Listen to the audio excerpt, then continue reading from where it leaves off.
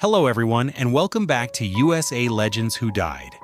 The past few days have been filled with somber news as we say goodbye to more extraordinary actors. Today, we pay tribute to their memory and recap the legends we have recently lost. If their talent has ever brought joy or inspiration to your life, please consider giving this video a thumbs up. It is a simple sign of respect that means a lot to us. Thank you for being part of this remembrance.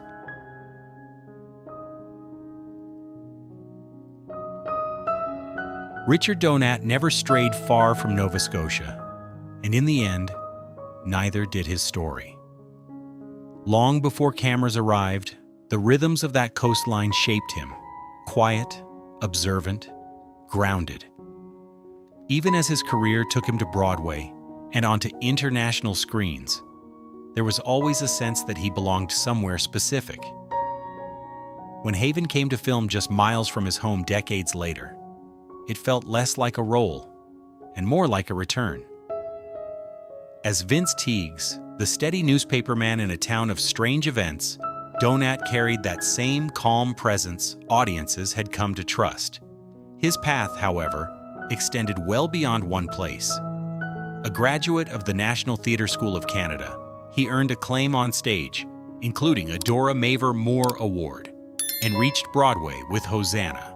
His work stretched across film and television, from My American Cousin to The Weight of Water, and even into the Star Wars universe with Ewoks. Among his peers and fellow actors, he was respected for his technical precision and his deep commitment to the craft. Yet he remained, above all, rooted. Richard Donat died on March 28, 2026, in Bridgewater, Nova Scotia, at 84, after a period of illness. Some actors travel the world to find their roles. He found his by staying close to home.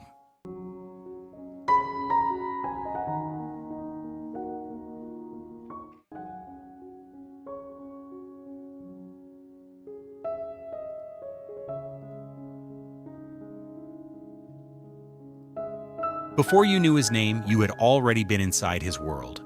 It was loud with color, slightly strange, and impossible to forget. Talking dragons, living hats, entire universes stitched together from fabric, imagination, and a refusal to think small.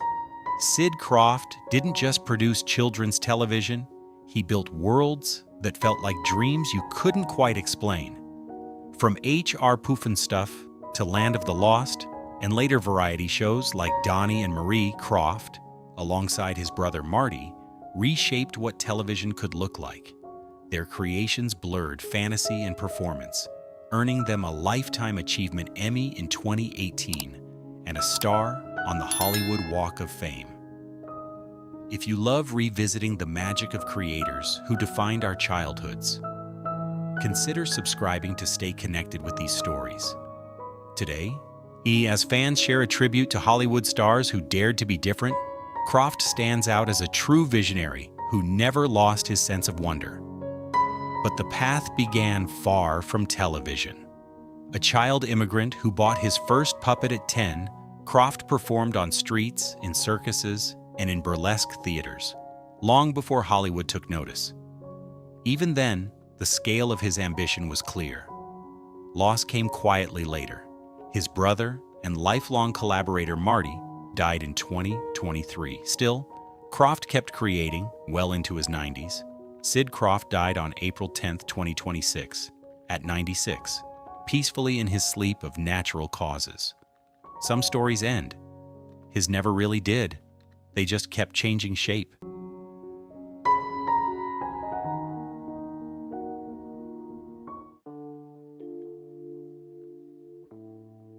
Breaking news. Michael Douglas is not just a cinematic icon. He is the embodiment of a life where success never quite managed to silence what was missing underneath. At 80, he stands as proof that a man can win awards, build a legacy, and still spend decades trying to understand why it never felt like enough. Behind the applause, behind the unforgettable roles, there is a quieter truth that refuses to fade. What if everything he achieved was, in part, an attempt to fill a space that was never meant to be filled? He was born into greatness in 1944, but greatness can feel distant when it arrives without warmth. As the son of Kirk Douglas, one of Hollywood's most powerful figures, Michael did not grow up chasing dreams. He grew up chasing presence. His father was admired by millions, but rarely available to the one person who needed him most. After his parents separated when he was still a child, that distance became permanent. Visits were brief, conversations limited, and approval always just out of reach. He was more of an idea than a father, Michael would later admit, a sentence that carried more weight than any award he would ever receive. That absence did not disappear. It transformed. It became pressure, expectation, and a quiet question that followed him into adulthood. Was he ever going to be enough on his own, or only as someone's son? Even when he entered Hollywood, doors opened because of his name, but respect did not follow. His early performances were dismissed, even by his own father, and what could have been encouragement became another layer of doubt. That was the moment something shifted.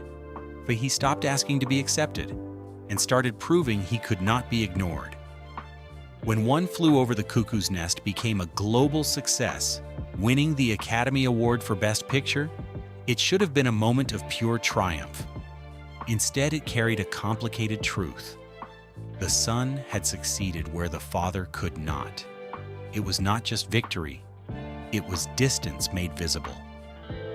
It was everything I wanted, he later reflected, and not what I expected it to feel like. From that point forward, Michael Douglas was no longer chasing recognition. He was trying to outrun comparison. The roles that made him famous only deepened that tension. In Wall Street, Fatal Attraction, and Basic Instinct, he became the face of men who were powerful, controlled, and emotionally unreachable. The world admired those characters, but slowly, they began to blur into him. There were times I didn't know where the role ended, he admitted. Success gave him status, but it also built a version of him the world expected him to remain. Then life stopped being a performance. In 2010, he was diagnosed with stage 4 cancer, a reality that stripped away image, control, and certainty all at once.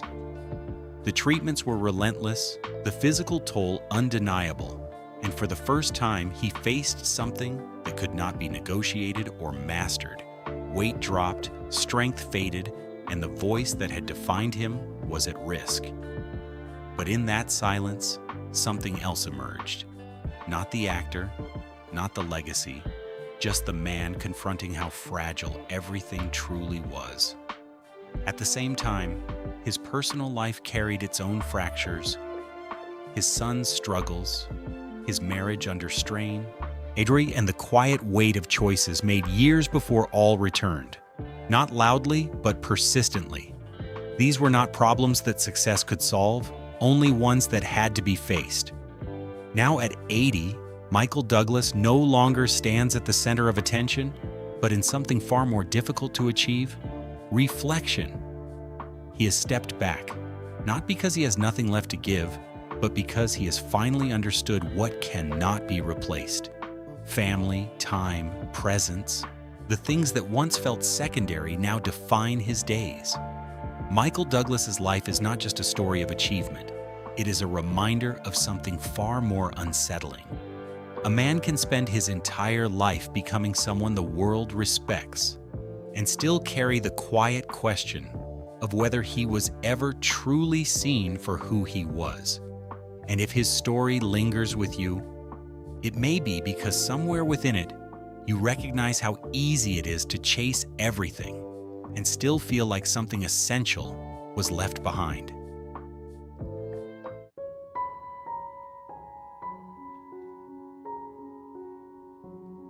Maria O'Brien spent much of her life helping others find their place in the spotlight, even as she quietly stepped out of it herself.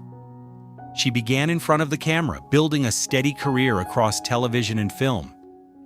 From early appearances in Sam Benedict to roles in Matlock and films like Protocol, O'Brien worked consistently through decades of network television, part of a generation of actors who shaped the texture of everyday storytelling.